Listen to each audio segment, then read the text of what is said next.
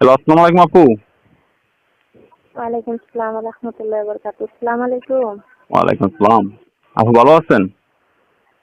এই তো ভাই আছি আলহামদুলিল্লাহ ভালো। আপনি ভালো আছেন? হ্যাঁ, আলহামদুলিল্লাহ আমি খুব ভালো আছি। তো আপু আপনার নাম কি? আমার নাম মোহাম্মদ সোনিয়া আক্তার। সোনিয়া আক্তার। সোনিয়া আক্তার, মাশাআল্লাহ। তো আপু আজকে কেন আসলেন প্রতিবেদনে?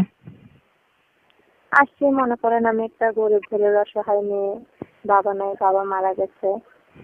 তবে একটা ভাই নেই, ছোট একটা ভাই আছে, আম্মু আছে, তিনজনের সংসার।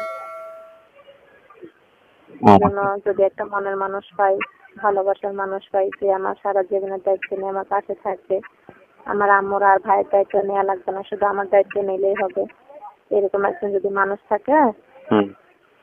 তো আল্লাহ যদি তাকে আমার ভাগ্যে মিলে দেয়, কপালে মিলে দেয়, আমি তার সাথে সারা জীবন সংসার কাটাতে রাজি আছি।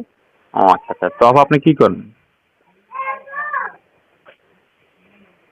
এই যে ভাই, এটা আমার সারা জীবনের দায়িত্ব নিয়ে আমার পাশে থাকবে, সুখে দুঃখে আমাকে দেখবে, আমাকে সাহায্য করবে। আমি তার কাছে যাইয়া পরানো একটা শাড়ি পাইলে, দুইটা ডাল ভাত খেতে পারলে আলহামদুলিল্লাহ, আমার আর কিছু লাগবে না। ও আপু লেখাপড়া করছেন? জি ভাই, লেখাপড়া ক্লাস 9 পর্যন্ত পড়াশোনা, কোরআন শরীফ 7 খতম দিয়েছি, ও 5 আচ্ছা ওয়াক্ত আচ্ছা। নামাজ কালামা পড়ে। যাক মাশাআল্লাহ। তো আপনি কি করেন এখন বর্তমানে আপু? আমি এখন বর্তমানে সেলাইয়ের কাজ করি, মনে করেন নিজের মেশিন না, ওই পাশের চাষির সাথে সেলাইয়ের কাজ করি, মাসে স্যালারি দেয়, বেতন দেয় মাসে। ও আচ্ছা আচ্ছা।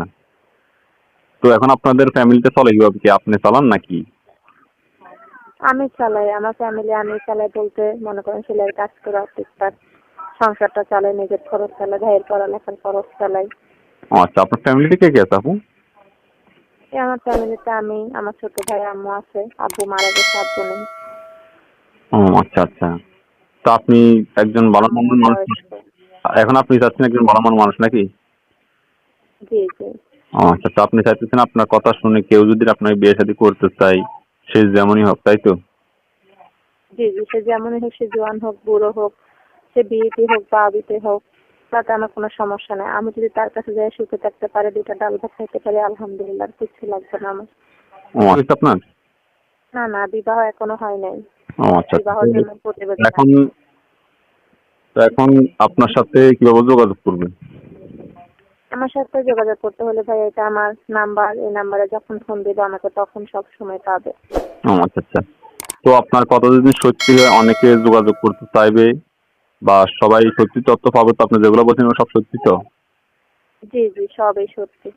ও আচ্ছা আচ্ছা। আমি আশা ভরসা নিয়ে আসছি প্রতিবেদনে, যদি আল্লাহ আমার কপালে ভাগ্য একটা মিলিয়ে দেয়, আমি তার সাথে সংসার করতে রাজি আছি। ও আচ্ছা। তো যে নাম্বারটা আছেন এটা আপনার না?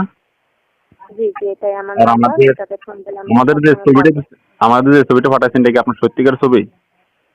জি জি, এই ছবিটা আমার বাস্তব ছবি, আচ্ছা। এটাই তো সবাই তাহলে আমাকে দেখবে। তাহলে জি নাম্বারটা জি। খোলা রাখবেন। আর নাম্বারটা ভিডিও দিতেছি। সত্য কথা বলবেন, সত্য দিয়ে জীবন শুরু করবেন। আর নাম্বারটা জি অবশ্যই খোলা রাখবেন। অবশ্যই নামাজ কালাম করবেন, আল্লাহর কাছে চাইবে, আপনার আল্লাহ আপনার মন আশা জি পূরণ জি, করবেন আর ইনশাআল্লাহ। জি জি, হ্যাঁ, 5 ওয়াক্ত নামাজ কালামা করলে আল্লাহ ভাগ্যে মিলিয়ে দিবে ভালো একটা পাত্র। ইনশাআল্লাহ। তো এখন আর দর্শক মহোদয় আর কিছু বলার আছে আপনার? না না, আর কিছু বলার নেই আমার। শুধু অনুরোধ, যদি একটা ভালো মনের মানুষ পাই, আলহামদুলিল্লাহ, আর কিছু চাওয়া লাগবে না, আর কিছু আচ্ছা, চাই না। মানে আপনি তো বলেছেন সে যে এরকমই হোক, আপনার কোনো সমস্যা নেই নাকি? জি জি। আচ্ছা আচ্ছা।